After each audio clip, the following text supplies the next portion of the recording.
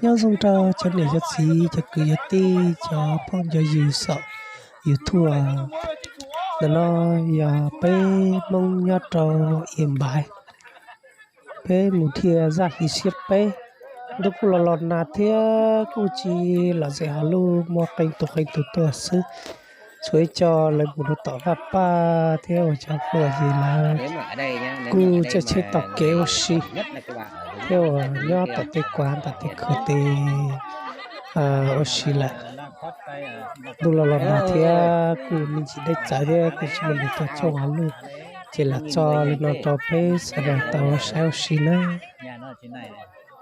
sao biết là ăn sao mà không biết vẫn chỉ chủ chồng á không có ăn nó đấy ai da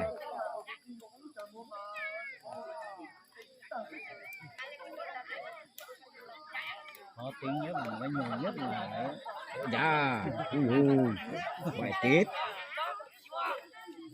như vậy sợ lắm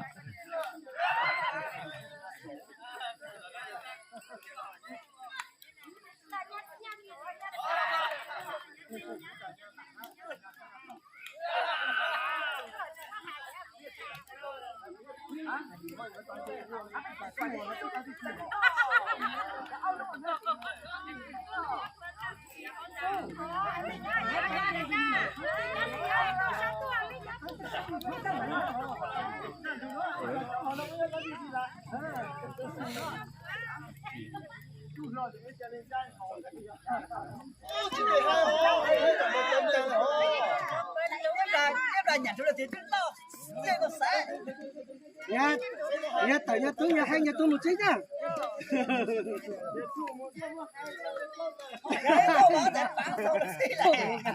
cho hai chiếc lô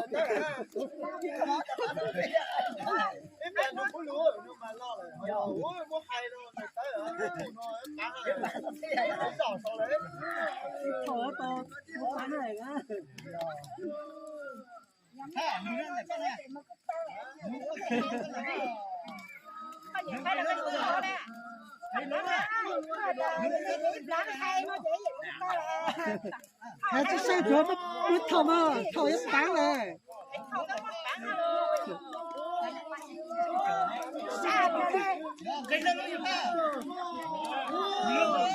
我保佑了，技术做保养了，技术好嘞，技术好了吧？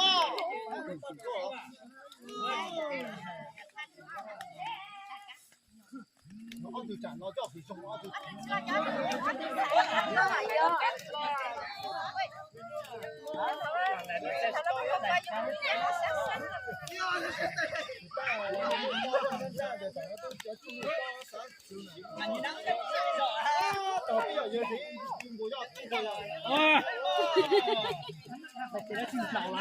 ôi mình nhóc ấy giảm tạt tảo mà dùng gọc hết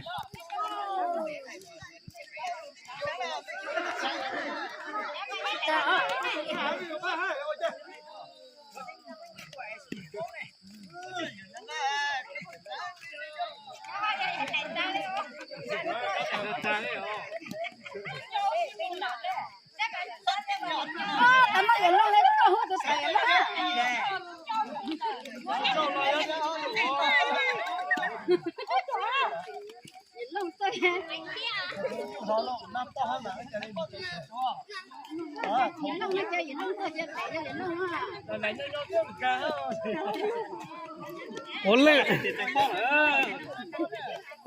lên việc hóa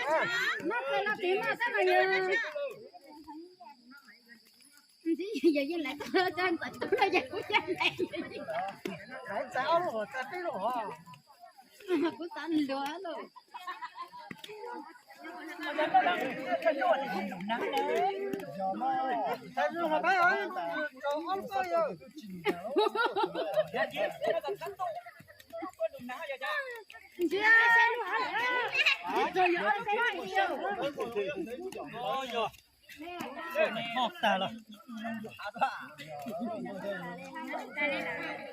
nó tao nói cho lại cho coi tao mà tao nó mà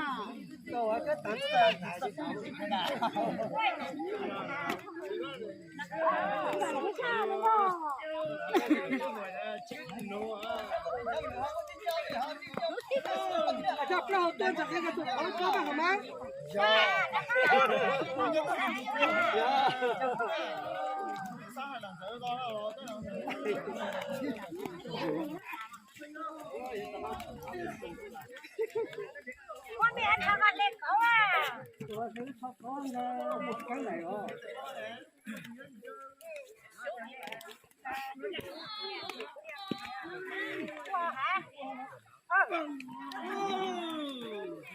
ăn lên mà đây tóc là có lửa có thể là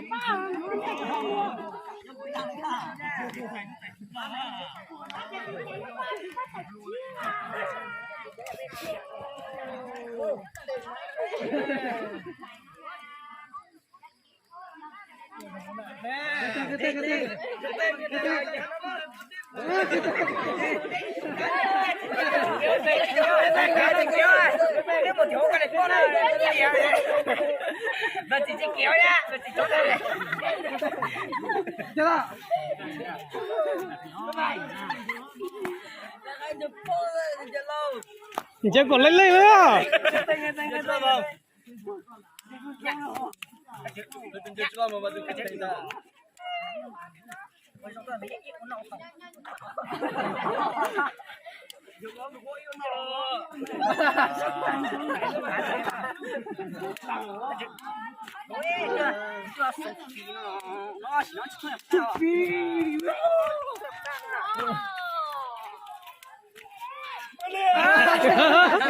Lần trước của tớ chúng giờ chúng đẩy ra.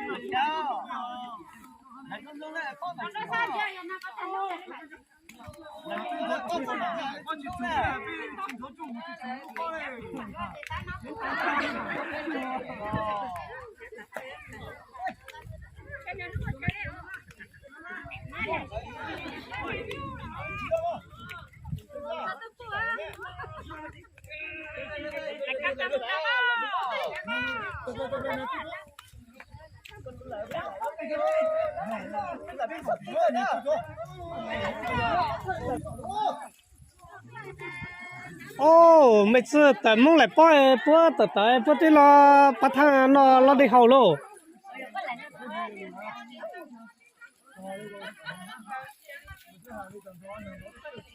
那背都是在哪？嘛。đi ấp bé nè mà bé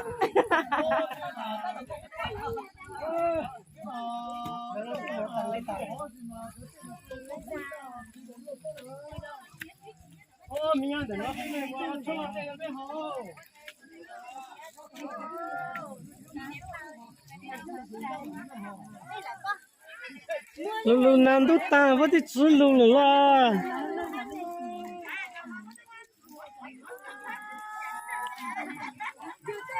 现在，那怎么都那多大个来了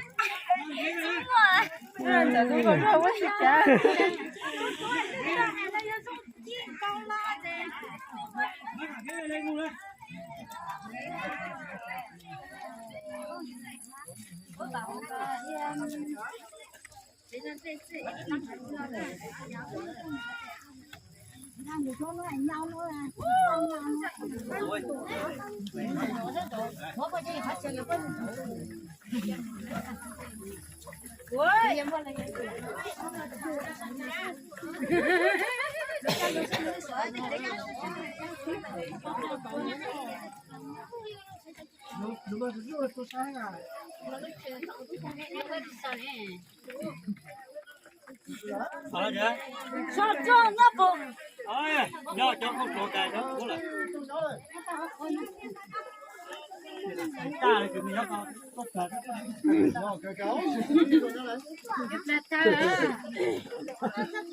这个我到底多少？ Mà này khẩu trang lấy mà. Thật sự cô biết này, con nói mẹ tôi bên sáng khẩu trang đấy à. Sao? Mà cô biết đeo khẩu trang đi chơi nhưng phải đeo khẩu trang vào nhá.